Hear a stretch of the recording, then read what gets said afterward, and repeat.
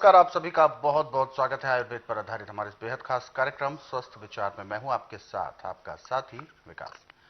दर्शकों, आयुर्वेद पर आधारित यह कार्यक्रम है और इस कार्यक्रम में आप सभी को प्रकृति के तमाम उन औषधि तत्वों के बारे में बताया जाता है जो आमतौर पर हम सभी के साथ ही वो चीजें रहती भी हैं, यानी आसानी से उपलब्ध भी हो जाती हैं, परंतु सही जानकारी ना हो पाने की वजह से हम उनका सदुपयोग कर ही नहीं पाते हैं। उनके पूरे गुणों को हम ले नहीं पाते हैं, उनका प्रयोग नहीं कर पाते हैं, लाभ नहीं उठा पाते हैं, और जिसके वजह से बहुत सारी हमारे आंखों के सामने ही रहती हुई वो चीजें उनको हम छोड़ देते हैं।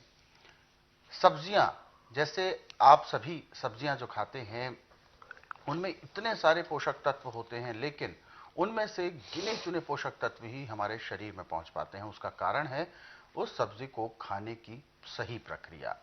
हमारे इस कार्यक्रम में रोजाना नए नए विषयों पर चर्चा होती है और इसीलिए आप सभी इस कार्यक्रम में जुड़ते हैं और आप सभी को जो जानकारियां दी जाती हैं वो अलग अलग रोगों पर आधारित होती हैं, और इन सभी विषयों में हमारा मार्गदर्शन करते हैं जाने माने आयुर्वेद के ज्ञाता गायत्री सिद्ध पंडित श्री लक्ष्मण दास रतन भारद्वाज जी।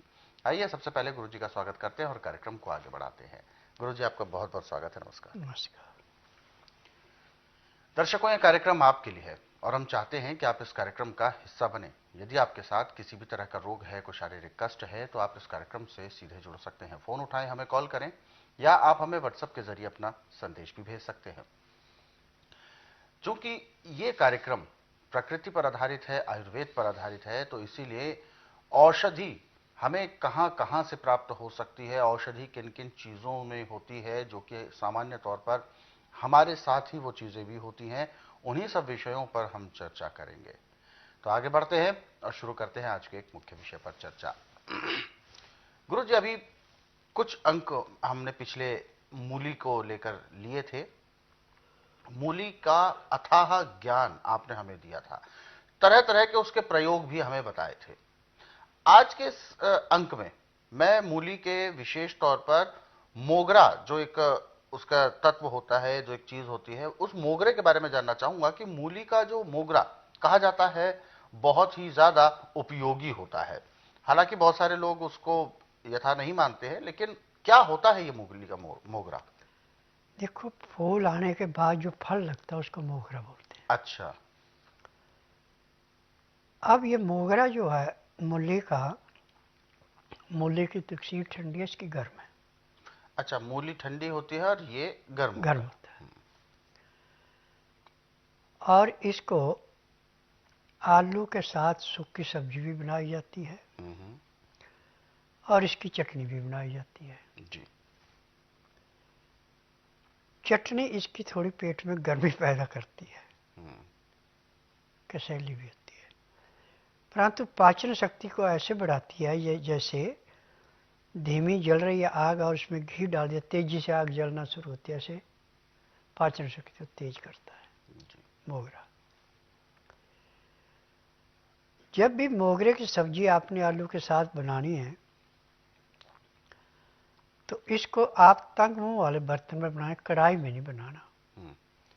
मिट्टी का बर्तन हो तो सोने पे सुहागा, नहीं तो आप पीतल का या तांबे का कलईदार या स्टील का, अमोनियम का बर्तन नहीं चाहिए।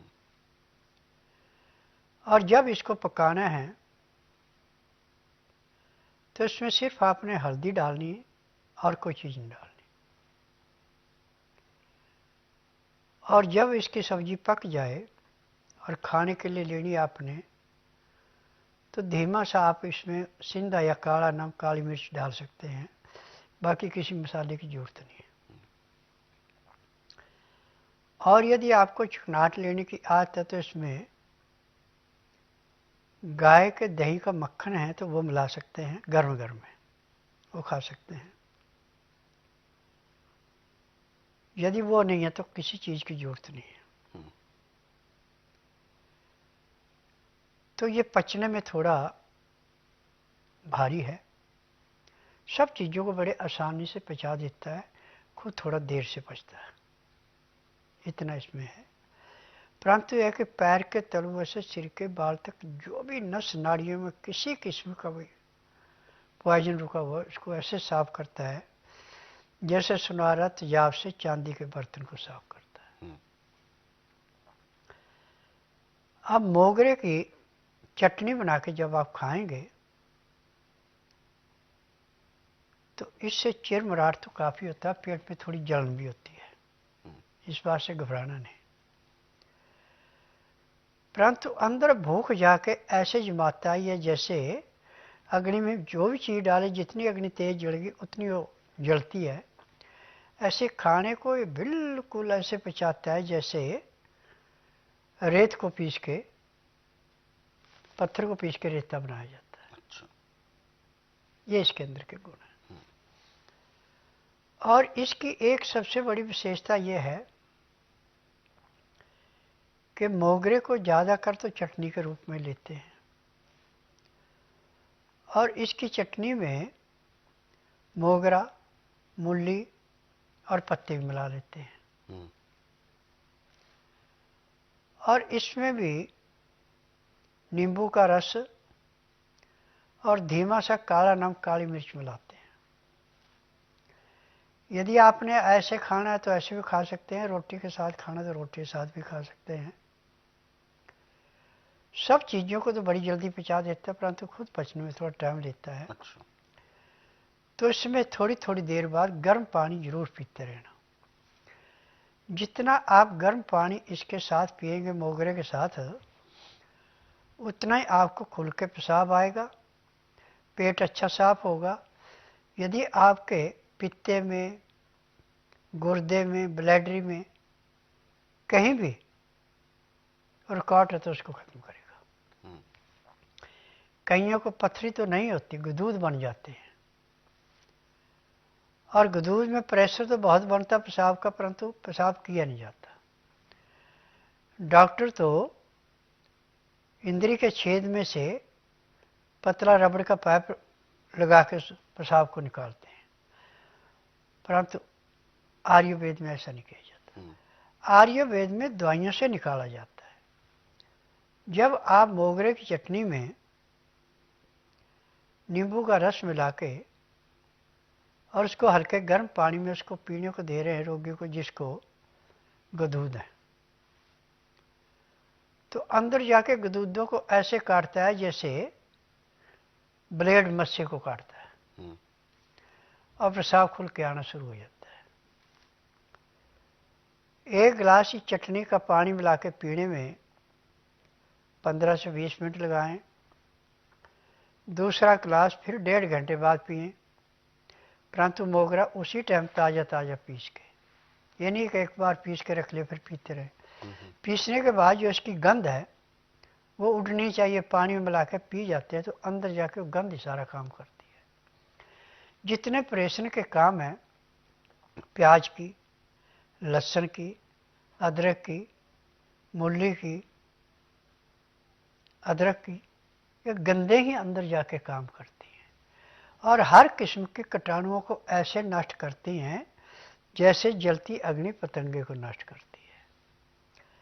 आज पूरे संसार के अंदर 100 में से 95% का पेट खराब है। 5% का सही है जो खाना खाते समय पानी पीता है, गर्म पानी, लहसुन, प्याज, अदरक का रस डाल के या काला या सिंधा नमक, काली मिर्च, नींबू का रस मिला के, उसका पेट ठीक है। परंतु जो खाना खाते समय पानी नहीं पीते, पानी पीते खाना खाने के घंटे 1.5 घंटे बाद, इनको रोग लंबे हाथों से लेता है। आज जितने भी हमारे डॉक्टर हैं, योगी हैं, वैद्य हैं, ये एक ही बात को मान के चलते हैं, खाना खाते समय पानी मत पियो। पानी पियो खाना खाने के घंटे 1.5 घंटे बाद, यहीं से सारा शरीर का नाश होता है। जब लीवर को पचाने के लिए पानी मिलेगा नहीं, सूखा खाना आप लीवर पे डालेंगे तो लीवर कहाँ पचाएगा। बिल्कुल। जैसे मकान बनाने के लिए मसाले में पहले पानी डाला जाता है, मसाला तैयार करके तब चुनाई की जाती है और मजबूत होता है। ऐसे ही खाना खाते समय गर्म पानी में लहसुन प्याज अदरक का रस या काला नमक, सिंधा नमक या काली मिर्च मिला के आप पीते हैं।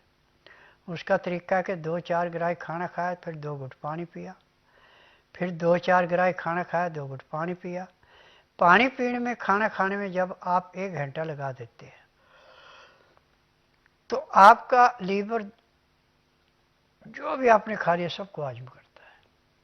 परंतु जब खाने के साथ पानी नहीं पीते और पानी पीते खाना खाने के घंटे 1.5 घंटे बाद, तो आपका रोग दिन दुगने रातें चौगुनी बढ़ता है। जी।